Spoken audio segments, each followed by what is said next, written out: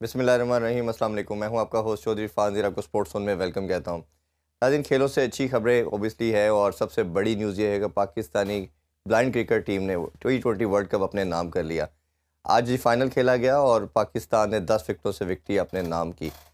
ये पहले टाइटल था वो भारत के पास ही था और ये जो ट्रेंड था इसको ब्रेक किया गया और पाकिस्तान ने विक्ट्री हासिल की। बहुत बड़ी अचीवमेंट है। और इसी हवाले से अगर मज़ीद बात करें तो चैम्पियन ट्रॉफ़ी एक ऐसा टॉपिक है जिस पे ओबियसली पूरा पाकिस्तान, क्या पूरी दुनिया जानना चाहती है कि क्या होगा इसका मुस्तकबिल, क्या हाइब्रिड मॉडल एक्सेप्ट किया जाएगा, क्या पाकिस्तान होस्टिंग कर पाएगा या नहीं। भारत का स्टांस हम सब के सामने है। लेटेस्ट अपडेट के हवाले से बात करें तो इसमें थोड़ी सी मॉडिफिकेशन की गई है, तो फ्यूजन मॉडल का नाम लिया जा रहा है। फ्यूजन मॉडल में ओबियसली ये है कि पाकिस्तान का स्टांस ये है कि अगर भारत पाकिस्तान आके नहीं खेलना चाहता तो ओबियसली जो पाकिस्तान और भारत के मैचेस हैं वो दुबई में खेले जाएंगे और उसके अलावा जो भारत के बाकिया मैचेस हैं वो भी दुबई में होंगे। और फर्दर मोर ये अगर सेमीफाइनल में और फाइनल में भारत क्वालिफाई कर लेती है तो वो भी जो हैं मैचेस दुबई में होंगे। इस हवाले से पाकिस्तान का स्टांस थोड़ा सा चेंज हुआ। शुरू में हमारा स्टांस ये था कि ये तमाम मैचेस पाकिस्तान में होंगे।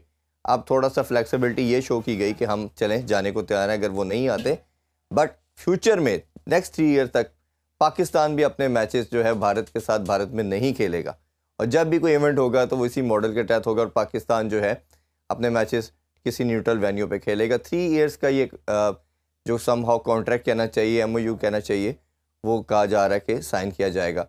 अभी फ़िलहाल तक तो डेडलॉक है।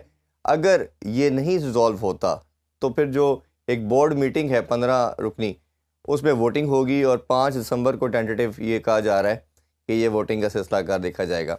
इस पर आज डिटेल में बात करेंगे, क्या पाकिस्तान के पास राइट्स हैं, पाकिस्तान का स्टांस क्या ठीक है या नहीं। उसके हवाले से अगर T20 वर्ल्ड का एशिया कप के हवाले से बात करें तो उसमें बड़ी अच्छी खबरें हैं जी। पाकिस्तान ने अपने दोनों मैचेस जीत के सेमीफाइनल के लिए क्वालिफाई कर लिया। पहला मैच भारत को हराया और सेकंड मैच में UAE से विक्ट्री हासिल की। तो ये ओवरऑल देखा जाए तो बहुत ज़बरदस्त न्यूज़ है और ओबियसली जो पाकिस्तान और जिम्बाब्वे की T20 सीरीज़ है वो भी जारी है और ODI सीरीज़ पाकिस्तान ने 2-1 से अपने नाम की। इन सब पे बड़ी डिटेल में बात करेंगे जी। हमारे साथ सीनियर स्पोर्ट्स जर्नलिस्ट याया हुसैनी हमें ज्वाइन कर चुके हैं। अस्सलाम वालेकुम याया भाई। वालेकुम सलाम चौधरी इरफान साहब। Thank you thank you so very much. Much. कैसे हैं आप? बहुत शुक्रिया आपका याया भाई।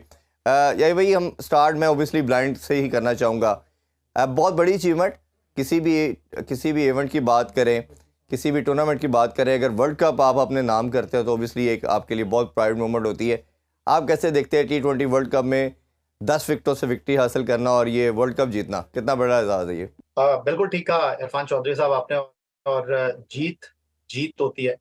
और होम ग्राउंड के ऊपर जिस तरह पाकिस्तान ब्लाइंड क्रिकेट टीम ने नाकाबिले शिकस्त रहते हुए लाहौर में अपने मैचेस जीते, फिर उसके बाद फाइनल राउंड में मुल्तान में उन्होंने शानदार जी कारकर्दगी का मुजाहरा किया।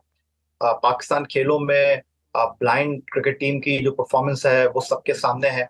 और आज जो एक खास दिन मनाया जा रहा है, उस एतबार से इस फतह की अहमियत और भी ज्यादा हो गई है। जी। तो ये लोग जो किसी जिस्मानी माजूरी की वजह से जो है वो जनाब इस मुआशरे में मौजूद हैं, लेकिन वो हमारे मुआशरे का बहुत अहम हिस्सा हैं, थे और रहेंगे। और आज उन्होंने पाकिस्तान का सब्ज हिलाली परचम एक बार फिर बुलंद किया है। वर्ल्ड कप में जिस तरह की कारकर्दगी का उन्होंने मुजाहरा किया है, ये वेल डिजर्व विक्ट्री है। और मेरी तरफ से पाकिस्तान ब्लाइंड क्रिकेट एसोसिएशन और पूरी टीम को शानदार कामयाबी पर दिल की गहराइयों से मुबारकबाद। बिल्कुल, ये वही इसीलिए कहा जाता है कि इनको डिसेबल नहीं कहना चाहिए, इनको डिफरेंटली एबल कहना चाहिए कि अल्लाह ताला इनको ओबियसली डिफरेंट सलाहियतों से नवाजते हैं। यही वही चैम्पियन ट्रॉफी की तरफ आते हैं और ऐसा डेडलॉक, ऐसी बड़ी अपडेट ओबियसली पूरी नेशन वेट कर रही है और मेरा ख्याल है कि पूरा इंटरनेशनल मीडिया इसका वेट कर रहा है। हमने USA में वर्ल्ड कप भी कवर किया, आप भी मेरे साथ थे। कुछ उधर भी जर्नलिस्ट से बात हुई तो उस टाइम हमें लगता था कि शायद कहीं ना कहीं भारत पाकिस्तान शायद आ जाएगी और आपने भी मेरे साथ कुछ मंथ पहले इंटरव्यू किया था, आपने कहा था मुझे लगता है कि शायद भारत ट्रैवल करेगी। बट ये दूसरी तरफ जो उनकी गवर्नमेंट का स्टांस है, ये हमें कहीं ना कहीं लगता था कि ये इसी तरह रिजिड हैं, हाश हैं और वो उसी स्लोगन पे कायम है और उसी मोटिव को लेके आगे वो चल रहे हैं। आपको क्या लगता है कि ये कितना क्रिकेट के लिए डेंटफुल है?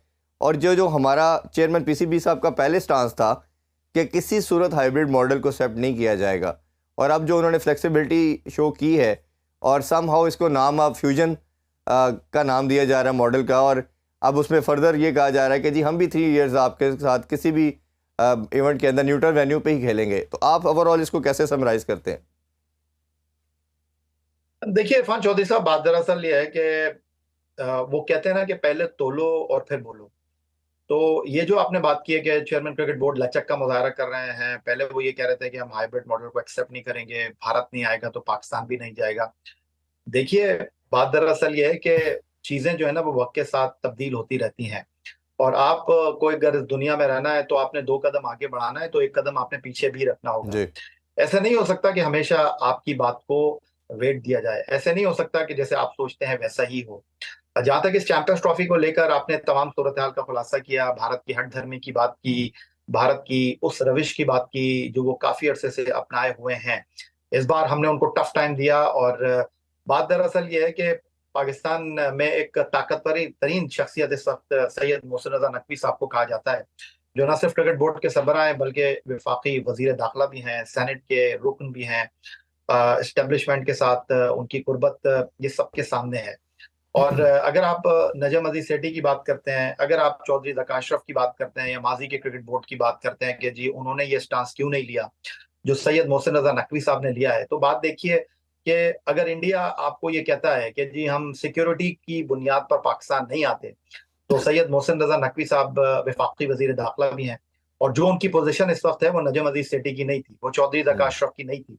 तो वो बाकायदा तौर पर उनको कहेंगे कि भाई मैं वफाकी वजीर दाखिला हूँ, आपको किस चीज की गारंटी चाहिए, किस चीज की श्योरिटी चाहिए। लेकिन भारत ने सिर्फ हील हुज्जत करनी है, भारत ने जो है वो सिर्फ बहाने तराशने हैं, तो वो तो नहीं आएंगे। अब सवाल ये है कि ऐसी सूरत हाल में चैंपियंस ट्रॉफी का मुस्तकबिल, तो देखिए जो भी सोल्यूशन निकल रहा है मैं उसको कहूंगा कि वक्त की जरूरत है। और पाकिस्तान ने जो स्टांस लिया है वो बिल्कुल बेहतरीन स्टांस है कि पाकिस्तान ने कहा कि इस बार आप नहीं तो फिर अगली बार हम भी नहीं। हम्म। और बात दरअसल ये है कि अगर आप देखें तो अगले साल चैंपियंस ट्रॉफी और उससे अगले साल वर्ल्ड T20 जो कि भारत होस्ट करने जा रहा है, तो हमारे पास बेहतरीन मौका है इस चीज को टेबल पर रखने का, इस चीज को सामने रखने का, जिसको भारत को तस्लीम करना पड़ेगा, जिसको भारत को मानना पड़ेगा। अदरवाइज आई थिंक मेरा ख्याल है कि इतनी हठधर्मी अब नहीं चलेगी। और अगर भारत को ये लगता है कि वो पाकिस्तान के बगैर चैंपियंस ट्रॉफी करा सकता है तो बिल्कुल सौ बिस्मिल्लाह करा लीजिए। हम्म। लेकिन यहाँ पर बहुत सारे लोग डूबेंगे। अच्छा भारत ये का भाई नुकसान उसमें नहीं होगा, पाकिस्तान का माली नुकसान नहीं होगा। अच्छा, बहुत जिस सारे तरह हमने क्रिकेट देखा कि बोर्ड 2016 का वर्ल्ड कप हमने खेला, 2023 का हमने खेला, और 2012-13 में हमने एक सीरीज भी खेली थी ओडीआई की भी, पर T20 को पाकिस्तान ने जाके ट्रैवल हमेशा किया और बड़ा सबूत दिया कि चले, बड़ा दिल किया। बट भारत की तरफ से देखा जाए तो हर जगह से बॉर्डर क्लोज कर दिए गए, चाहे वो आईपीएल की बात करें, इंटरनेशनल क्रिकेट के वाले से बात करें, बायलैटरल सीरीज की बात करें। बट उनकी बाकी टीमें पाकिस्तान ट्रैवल करती रही। एमएमए फाइटर भी हमने देखे, उनकी कबड्डी की टीम भी देखी, और अभी रिसेंटली एकदम उन्होंने बड़ा हार्ड स्टांस लिया। अब आपके ख्याल में, पहले भी पाकिस्तान इस मैटर को, जब आपको याद होगा नजम सेठी साहब के दौर में इंटरनेशनल कोर्ट ऑफ जस्टिस में गया और केस उसमें हार गए, उसमें उन्होंने प्ली ली थी कि ओबियसली कि हमारी गवर्नमेंट अलाउ नहीं करती। अब आपके ख्याल में क्या, अगर कोई, मेरा तो अभी तो यही नज़र आ रहा है कि जो अपेरेंटली कि ये मॉडल एक्सेप्ट हो जाएगा और पाकिस्तान इसी के साथ चलेगा, सारी दुनिया इसको एग्री करेगी। बट अगर हम सारे सिनेरियो को डिस्कस कर लेते हैं और अगर हम स्पेकुलेशन पे बात करें कि लेट्स सपोज अगर नहीं कुछ होता और कोई ऐसी चीज़ जो पाकिस्तान के अगेंस्ट आती है, तो भारत को क्या आईसीसी कह पाएगा? जिस तरह हमें कहता था कि पेनल्टीज़ के हवाले से बात करें, पाकिस्तान पे इम्प्लीकेशन की बात करें, या पाकिस्तान फिर दूसरे सिनेरियो में इंटरनेशनल कोर्ट ऑफ जस्टिस में दोबारा जाने के हक में हो सकता है? देखिए, बात दरअसल ये कोर्ट ऑफ जस्टिस में बिल्कुल लेके चले जाइए। और आप किसको लेकर जाएंगे कोर्ट ऑफ जस्टिस में? भारत लिख कर दे देना पाकिस्तान को कि जी सिक्योरिटी की बुनियाद पर हम नहीं आ रहे, तो फिर सवाल यहाँ पर ये उठेगा कि भाई सिक्योरिटी की बुनियाद पर आप नहीं आ रहे तो फिर हम भी नहीं आएंगे। तो वो लिख कर देने के लिए तैयार नहीं है। और आप कोर्ट ऑफ आर्बिट्रेशन में जाने की बात कर रहे हैं, तो कोर्ट ऑफ आर्बिट्रेशन में तो उस वक्त ही जाएंगे ना जब कोई केस बनेगा। तो केस बना लीजिए, आप ये कह दीजिए कि जी आप जो है वो नहीं आ रहे चैंपियंस ट्रॉफी खेलने के लिए, तो हम तो ये कहेंगे कि भाई पहले जो भारत ने इनकार किया, पहले तो आप इस मामले को सॉर्ट आउट कर लें। और जब आप भारत की तरफ देख नहीं रहे तो फिर आप हमसे किस बात का सवाल कर रहे हैं? इसीलिए मौजूदा क्रिकेट बोर्ड एक प्रेसिडेंट सेट करना चाहता है कि इस बार अगर भारत नहीं आएगा तो फिर 2026 का वर्ल्ड T20 खेलने के लिए भी हम उन्हीं लाइंस के ऊपर गुफ्तगू करेंगे जिन लाइंस के ऊपर इस वक्त भारत गुफ्तगू कर रहा है, जिस तनाजुर में इस वक्त भारत बातचीत कर रहा है। तो आई थिंक मेरा ख्याल है कि पाकिस्तान क्रिकेट बोर्ड बिल्कुल राइट डायरेक्शन में है। और कोर्ट ऑफ आर्बिट्रेशन में जाने की अगर आप बात कर रहे हैं तो पाकिस्तान से पहले भारत को आपको कोर्ट ऑफ आर्बिट्रेशन में ले जाना पड़ेगा कि अगर वो पाकिस्तान से गारंटी मांगते हैं सिक्योरिटी की और पाकिस्तान उनको नहीं लिख कर देता, तब तो वो जा सकते हैं कोर्ट ऑफ आर्बिट्रेशन में। जी। लेकिन ये नहीं हो सकता कि इंटरनेशनल क्रिकेट काउंसिल जय जय करे भारत की और पाकिस्तान से सवालात करे। अब ऐसा नहीं होगा। अच्छा, ये जो आपको लगता है कि ये मैटर 5 तारीख से पहले हल हो जाएगा और ये जो डेडलॉक की पोजीशन है ठीक हो जाएगी, क्योंकि ओबियसली अब जय शाह भी आ चुके हैं, एक तो उनका भी ओबियसली एक सब जानते हैं कि क्या रोल होगा और वो पहले उनका स्टांस क्या रहा है। एशिया कप की मिसाल हमारे सामने है, किस तरह उन्होंने कंपेल करके हाइब्रिड मॉडल को एक्सेप्ट करवाया। और अब दूसरी तरफ ये कि बोर्ड मीटिंग है, आपको लगता है बाकी सारे बोर्ड पाकिस्तान को फेवर करेंगे? क्योंकि अपेरेंटली तो यही लगता है कि सब IPL की बात कर लें या रेवेन्यू की बात कर लें, सबका जो है वो बेंड होना भारत की तरफ ऑब्वियस नजर आता है। आपका क्या स्टांस है इस पे? इरफान चौधरी साहब, देखिए बात दरअसल ये कि मैं इंटरनेशनल क्रिकेट काउंसिल की इस तमाम सूरत में हैसियत को समझता नहीं और बाकी क्रिकेट बोर्ड का कोई किरदार इंतहाई माजरत के साथ है नहीं। अगर पाकिस्तान और भारत के इस मसले में सबसे ज्यादा किसी को फिक्र है, सबसे ज्यादा किसी को परेशानी लाक है, तो वो इंटरनेशनल क्रिकेट काउंसिल से ज्यादा ब्रॉडकास्टर है जिसके पैसे लगे हुए हैं। और जो champions trophy without Pakistan India match, ICC T20 world cup without Pakistan India match afford नहीं कर सकता। तो बाकियों को तो आप माइनस कर दें, बाकी तो सिर्फ हलवा खाने के लिए आए हैं, बाकी तो सिर्फ एंजॉय करने के लिए आए हैं। तो ये मामला इसी तरह चलेगा। फैसला पाकिस्तान और भारत की हुकूमतों ने करना है। BCCI एंड PCB की कॉल है, ICC सिर्फ जो है वो पैसे जमा करने के लिए। अच्छा, अभी एक और भी अपडेट है, ओबियसली आप आई एम श्योर आपने भी देखा होगा कि ब्लाइंड जो वर्ल्ड कप है उसकी भी होस्टिंग भारत से ले ली गई है। और भारत ने अभी, जिस तरह आपने भी जिक्र किया, 2-3 इवेंट करने हैं, बैक टू बैक होस्ट करने हैं। एशिया कप भी है, T20 वर्ल्ड कप भी है, फिर मेन का, वुमेन का भी, और फिर आगे चैंपियन ट्रॉफी भी। तो आपके ख्याल में ये, अगर भारत को जिस तरह पाकिस्तान का ये स्टांस है कि आप रिटर्न हमें लिख के दें, तो आपके ख्याल में ये क्या इतना पाकिस्तान, मेरे कुछ सुन के जर्नलिस्ट से अनऑफिशियल डिस्कशन या जनरल हुई है, उन्होंने कहा जी अगर कर भी देते हैं, कुछ उनके इंटरव्यूज आई एम श्योर आपने भी देखे होंगे, कि भारत अगर कर भी देता तो भारत का अपनी बात से मुकर जाना, ये हमने पास में बड़े प्रेसिडेंट मौजूद है हमारे पास, कि जो अभी जिस तरह रिसेंट एग्जांपल दें तो ये स्केड्यूल जो अनाउंस हुआ 2021 में, तो तमाम के MOU साइन है, और वो देख लें 2-3 साल के बाद वो दोबारा अपनी बात से डेविएट करके अनऑफिशियली, जब उनके आए भी थे रिजव शुक्ला साहब वगैरह भी आए थे, सेक्रेटरी भी, तब भी उन्होंने कहा था कि आप अपनी टीम को पाकिस्तान को इंडिया भेजें, हम अगले साल चैंपियन ट्रॉफी के लिए आएंगे। क्योंकि रिटर्न नहीं था, वो अपनी बात से इनकार करके। तो ये इस दफ़ा रिटर्न करवाना कितना इंपॉर्टेंस रखता है पाकिस्तान के लिए? इरफान चौधरी साहब, देखिए हम तो खेल की बात करते हैं, सियासत की बात नहीं करते। लेकिन खेल में सियासत का रंग इस हद तक आ गया है कि आप भी बेहतर चीजों को जानते हैं। मैं इस तरह की कभी गुफ्तगू करता नहीं हूं, लेकिन आपके सवाल के जवाब में मैं सिर्फ इतना कहना चाहूंगा कि देखिए, पाकिस्तान ने तो हमेशा क्रिकेट डिप्लोमेसी की बात की है, आइस ब्रेक करने की बात की है, दोस्ती की बात की है, हाथ बढ़ाने की बात की है, कदम उठाने की बात की है। हम तो उस वक्त भी भारत गए थे 98 99 में, जब फिरोज शाह कोटला की पिच को खोद दिया गया था शिवसेना के शरपसंदों ने। हमने तो उस वक्त भी भारत की सिक्योरिटी पर इन्हिसार किया था, अपनी टीम के जवानों को भेज दिया था। लेकिन जो भारत का स्टांस है ना, वो आपको इस बात को समझने की जरूरत है कि पाकिस्तान मुखालिफ बयानिया उनका डेड हो जाएगा अगर वो हमारी बात मान लेंगे, अगर वो पाकिस्तान आ जाएंगे, अगर वो हमारे साथ खेल लेंगे। तो वो इसको जनाब ऊपर रखना चाहते हैं और मुझे तो और कोई चीज इसमें दिखाई देती नहीं है। अब अदरवाइज तो भारत के जो है वो हाई ऑफिशियल भी इस्लामाबाद आकर जा चुके हैं। एक आदमी नहीं, काफी लोग आए थे और उनको जिस तरह की सिक्योरिटी दी गई, उनकी जिस तरह की मेहमान नवाजी की गई, और अगर सिक्योरिटी का मसला होता तो फिर माजी में एक जाती तकरीब में मियां मोहम्मद नवाज शरीफ की नरेंद्र मोदी साहब जो है वो कैसे आ जाते। जी। तो आपको इस बात की समझने की जरूरत है, ताली दोनों हाथों से बजती है, एक हाथ से नहीं बजती। तो पाकिस्तान ने जितना अपना किरदार अदा करना था कर लिया, लेकिन पाकिस्तान इस वक्त जिस अंदाज में अपने कार्ड प्ले कर रहा है, क्रिकेट बोर्ड दुरुस्त अंदाज में, दुरुस्त सिमत में, और यही वक्त की जरूरत है, यही वक्त का तकाजा है। या भाई, अभी एक छोटा सा ब्रेक लेंगे, ब्रेक से वापस आकर डिस्कशन को ये से कंटिन्यू करेंगे। Stay with us.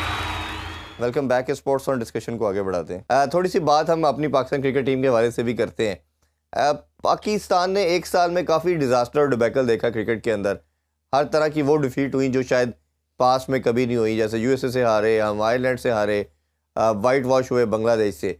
अब थोड़ी सी डायरेक्शन बेहतर होना शुरू हो चुकी है, और जैसे इंग्लैंड से जीतना, फिर ऑस्ट्रेलिया से 22 साल के बाद ओडीआई जीतना, और अभी जिम्बाब्वे से भी ओडीआई सीरीज़ हम जीते हैं। आपके ख्याल में ये जो डायरेक्शन है, इसका एक तो क्रेडिट सबसे ज़्यादा ओपेरेंटली तो सबको नज़र आ रहा है कि वो आकिब जावेद है, वन मैन शो नज़र आ रहा है। आप क्या समझते हैं?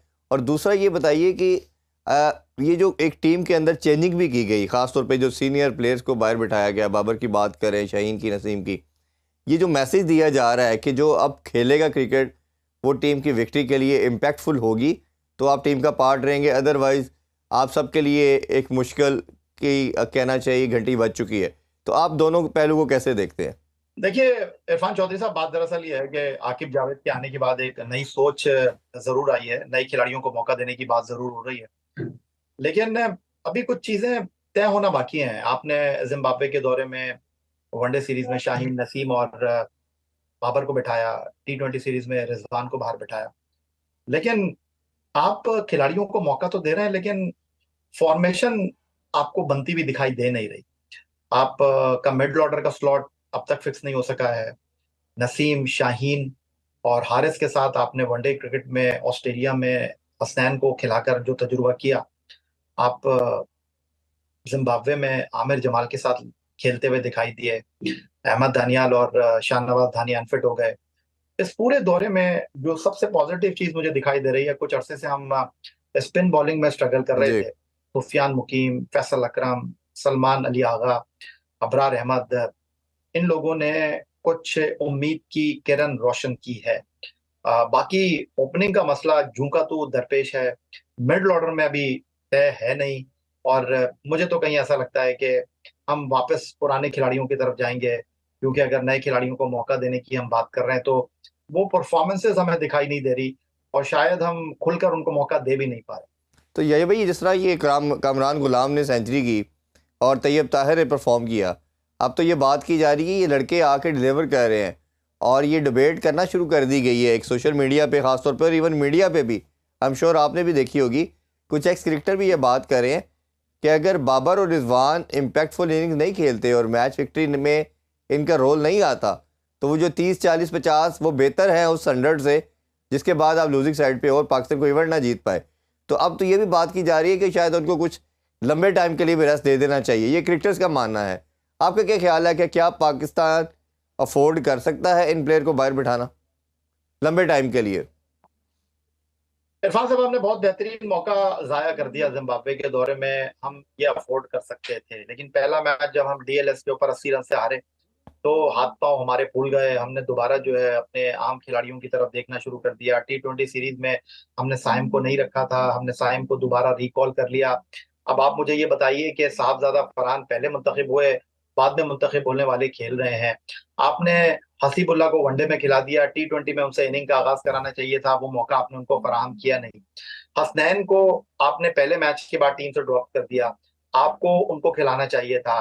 हारिस रऊफ को आप मुसलसल खिला रहे हैं, ऑस्ट्रेलिया में भी आपने उनको मुसलसल खिलाया, जिम्बाब्वे में भी आपने उनको मुसलसल खिलाया। यहाँ शायद आप इतना भरोसा हसनैन के ऊपर करते तो आपको मुस्तकबिल में कुछ अच्छी इम्कान और रोशन होता हुआ दिखाई देता। तो ये वो चीजें हैं जो आपको पीछे मुड़कर देखने पर मजबूर कर रही हैं। आपके फैसले हो जरूर रहे हैं नए खिलाड़ियों के हक में, लेकिन पायदारी उसमें दिखाई दे नहीं रही।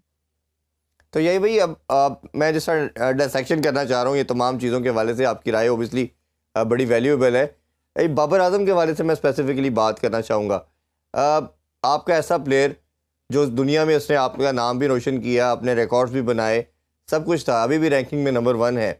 अब ये जो डिबेट थी, पहले आप उनके ख़िलाफ़ बात करें, इन अ वे आप पॉजिटिव क्रिटिसिज्म ही था कि चले बाबर को पाकिस्तान के लिए इवेंट जीतने चाहिए, और आपके ऊपर बड़ा एक बैशिंग होती थी कि जी आप बाबर के ख़िलाफ़ बात नहीं कर रहे। अब ये बात काफ़ी ज़्यादा होना शुरू हो गई है, और अब हम देख रहे हैं कि सोशल मीडिया भी इस पर खामोश है। तो आपका बाबर का फ्यूचर क्या देख रहे हैं? और आई नो कि ये मैं काफ़ी अर्ली बात कर रहा हूँ, क्योंकि लेकिन एक डायरेक्शन नज़र आ रही है आपको बोर्ड की भी, चीज़ों के लिहाज से भी, और ख़ुद बाबर का माइंडसेट भी, ख़ासतौर पर टेस्ट क्रिकेट में देखें तो ऑलमोस्ट 2.5 साल से ज़्यादा का टाइम हो गया, कोई 50 स्कोर नहीं की उन्होंने। तो आप बाबर को लेके क्या समझते हैं कि बाबर अभी भी वो जो पिवटल रोल प्ले करते थे टीम के अंदर, बैकबोन समझे जाते थे, वो रहेंगे? इरफान साहब, हालात बदल गए, वाकयात बदल गए हैं और सरों पर जो हाथ रखे हुए थे वो अब रहे नहीं। तो अब बाबर आजम के हवाले से भी लोगों की राय जो है वो तब्दील हुई है, बदल गई है। तो अब बाबर आजम को भी लोग चौथे गियर में देखना चाहते हैं, पहले और दूसरे गियर में अब लोग उम्मीद करते नहीं है। हम्म। तो बाबर आजम को भी अपने खेलने के तरीकाकार को तब्दील करना पड़ेगा। वनडे क्रिकेट तो ठीक है, वो नंबर 1 बैट्समैन है, उनकी कारकर्दगी के आगे कोई सवालिया निशान नहीं है। पर टेस्ट क्रिकेट और T20 क्रिकेट, वहां पर बाबर के लिए चैलेंजेस हैं। कोई परफॉर्म करे या ना करे, बाबर के लिए मामला आसान नहीं है। बिल्कुल।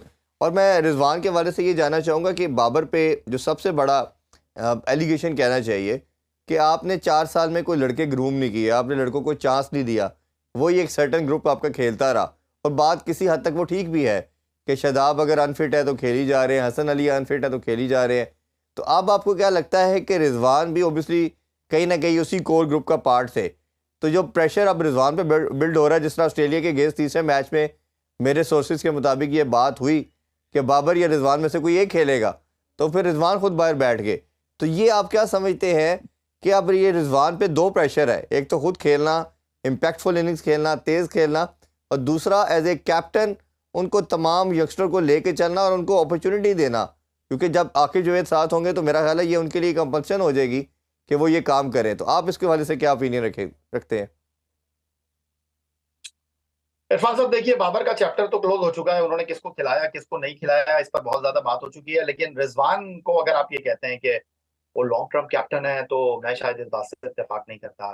वक्त की जरूरत है उनको, मैं कहूंगा कि कॉम्प्रोमाइज कैप्टन है और उनको भी बहुत सारी चीजों को अंडरस्टैंड करना पड़ेगा। बाबर जब कप्तान थे, ड्रेसिंग रूम में और ग्राउंड में उनकी चलती थी, लेकिन रिजवान के लिए ये हालात और मामलात है नहीं। तो रिजवान को ड्रेसिंग रूम में भी सुनना पड़ेगा, कुछ अपनी भी कहनी पड़ेगी, कुछ सामने वाले की भी सुननी पड़ेगी। लेकिन उनको बॉक्स स्टिक करने पड़ेंगे अगर उनको आगे बढ़ना है। जिस तरह वो ऑस्ट्रेलिया में या जिम्बाब्वे में खेले हैं, इस तरह मामला चलेगा नहीं। उनको अपने गियर को शिफ्ट करना पड़ेगा। बाबर ने तो बहुत वक्त गुजार लिया, साल गुजार लिए, रिजवान को इतना वक्त मिलेगा नहीं। अभी एक छोटा सा ब्रेक लेते हैं जी, ब्रेक से वापस आके डिस्कशन को दोबारा कंटिन्यू करेंगे, हमारे साथ रहिए। Once again welcome back in sports और डिस्कशन को आगे बढ़ाते हैं। शाहीन के वाले से भी ज़रूर बताइएगा कि शाहीन और बाबर का जो फ्यूड था कप्तानी के लिहाज से, उसने ऑब्वियसली ये काफ़ी ज़्यादा डिस्कशन भी हुई और सब मानते हैं कि शायद इसी की वजह से ग्रुपिंग का मामला भी जो सामने नज़र आया। अब शाहीन पे बहुत ज़्यादा प्रेशर है और अक्सर जितने भी क्रिकेटर से आप बात करें, उसने कहा जी पहला फास्ट बॉलर देखा है जो सामने की तरफ छक्के खाता है।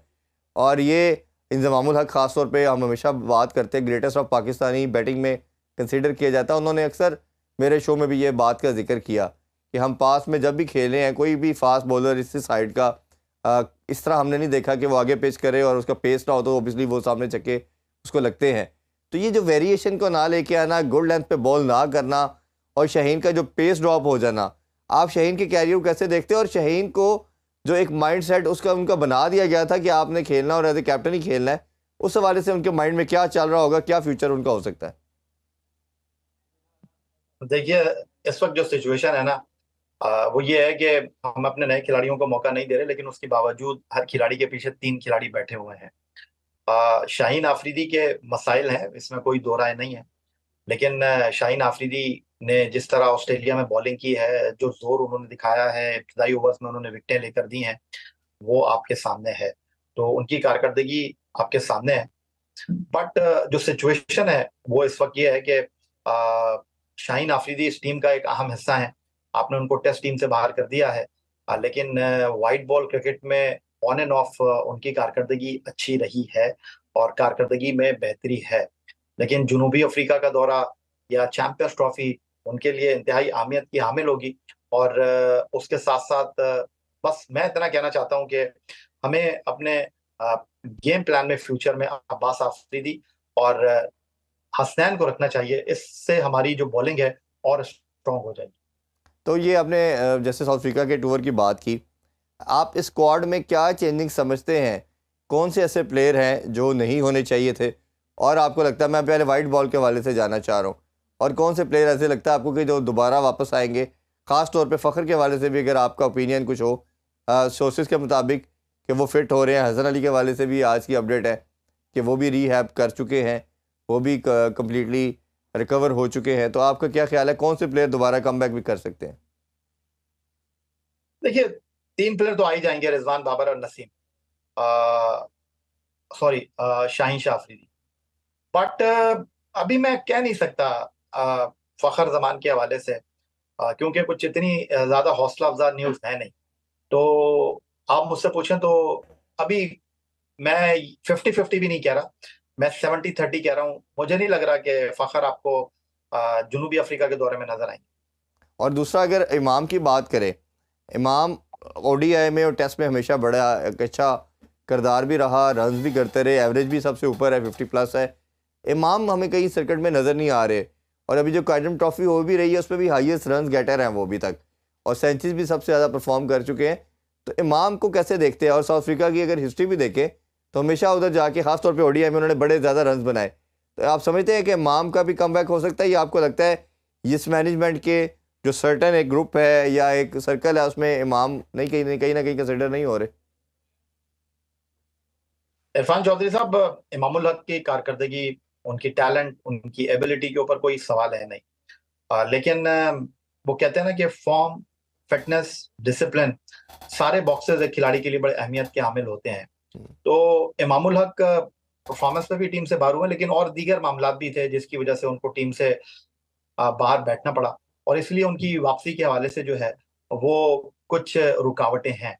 तो आई थिंक, मेरा ख्याल है कि कंसिडरेशन में वो जरूर है जुनूबी अफ्रीका के दौरे के लिए, लेकिन इतनी आसानी से वापसी में देख नहीं रहा हूँ। बिल्कुल। अच्छा, मैं साउथ शकील के हवाले से और सलमान अली आगा के हवाले से आपसे ज़रूर जानना चाहूँगा। साउथ शकील टेस्ट में तो जिस तरह परफॉर्म कर रहे हैं सबके सामने है, और मल्टीपल रिकॉर्ड अपने नाम कर चुके हैं।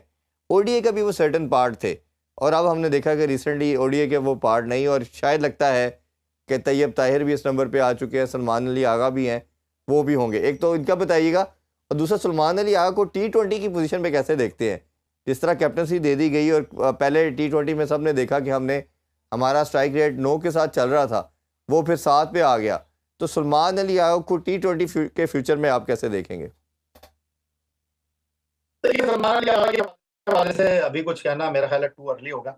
हाँ, बट सलमान अली आगा गलतियां कर रहे हैं, उनको अपनी गलतियों को दुरुस्त करने की जरूरत है। सऊद शकील की जहां तक आपने बात की, ऑस्ट्रेलिया का दौरा उनका बिल्कुल भी अच्छा नहीं रहा था। 3 टेस्ट की 6 इनिंग में वो 100 नहीं रन कर सके थे।